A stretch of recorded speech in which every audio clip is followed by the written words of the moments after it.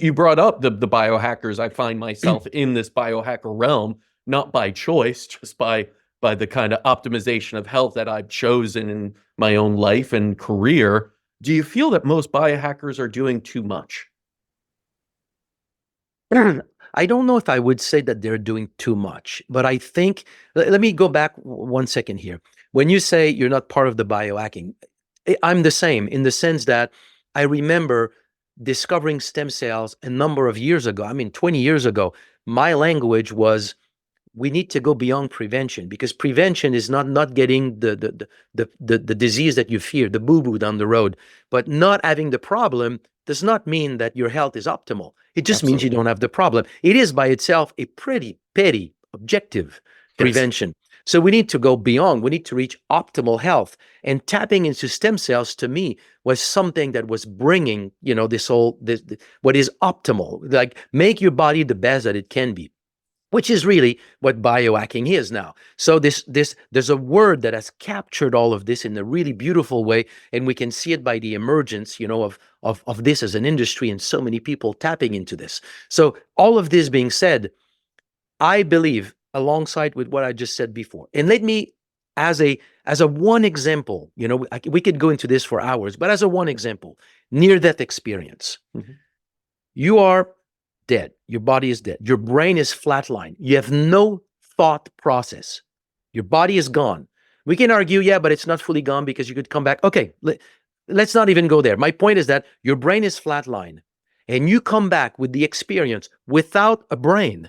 You come back with the experience of a greater sense of identity, more wisdom, a sense of calm. You look at your life without any sense of, I was wrong, I was this, and says, why have I not seen before that everything was so much simpler? You have a much deeper understanding of your life and your being. Now you come back and you say, I'm no longer afraid of death because I know that there's something beyond it. Now we don't need to have that near that experience. That presence that manifested itself after that experience is not born at the time of death. It's already in us. So to me, that is what we need to discover. Yeah. That thing that is our true identity, that comes back from life to life, that journeys all along. That is what we need to get to put our focus. So coming back to your question, biohacking becomes a quest into the clothing. Mhm. You want to have your clothing to last as long as possible, and you forget that there's something much greater inside that utilize this body. So what I'm thinking is that do biohacking so that your body allows you to continue that quest without obstacles, health obstacles, as long as you can, to really discover who truly you are. To me, that is the profound essence of biohacking. And when you say, are people doing too much? I think my answer is that they're doing too much of only that, meaning Mm. the body is the finality. If I live until 150 years old, I've won. Yay. And I'm Mhm. saying, if you have not realized who truly you are, even at 200 years old, you've missed it. If you die at 80 and you've realized who you are, you won for me. And you'll come back in another, and then you'll do much better than if you just keep that clot, worn out for a little longer. So Yeah. so to me, biohacking is stay strong as long as you can so that you can really dive into that essential quest of who we are. Yeah, when you listen to someone like Anita Morjani talk about near-death experience and coming back, it changes the game. It makes you play. Mhm. It makes you see you're playing the wrong game in a sense. You're playing for numbers, but there is no winning in the numbers itself.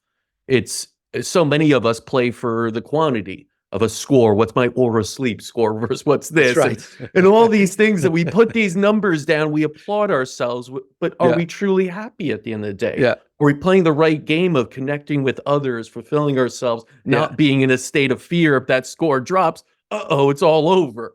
And it's not. It's not. To, These are to, just numbers. Yeah, to me, this is profoundly insidious in the sense that I have a good night. I get up like fully rested. I look at my ring. It's like, oh no, I didn't have a good night. Yes. Or the other way around. I feel like I did not have a good night's sleep, and suddenly, oh, my ring tells me that I'm okay. Therefore, I feel better. So my point here is, the point is that we are giving away our power of assessing. I mean, this is a small example, what the Oura Ring is giving you. You just brought it up. It's a tiny, tiny example, because we do that with our phone as well. Like, we no longer calculate. We no longer have a good sense of direction. We no longer, there's so many faculties that we have lost because we're giving that to something, and we're using that cell phone because we think it's stronger than our brain. And I think this is where the mistake is. I think we need to dive deeper into our deep sense of perception, and we can be stronger than all these devices, but we're giving this power away. I think there's an insidious, I don't know if I would say behavior, something insidious here in giving up our power to external devices. That is one thing of biohacking that I think is not a good trend. And that's where I think I was getting to, because I love the devices, the flashy things, as much as anybody else. It's nice to strap a thing on that's shining lasers on you, or all these others, and they are in many ways optimizing us, whether it's red light, this and that. But at the same time, all they're doing is emulating what nature has done so well for billions of years. You know, whether it's the light or the frequencies, it's all there. It's outside. And yet sometimes we focus on those too much without understanding the foundational principles already there, and they're already within us too. And so we don't have to seek outside, external, almost validation, and just expend so much on these things when they're already there. It's a nice add-on, as I say. It's a supplement. You know, supplements should not be your cornerstone of everything. They should just supplement what you're already going through.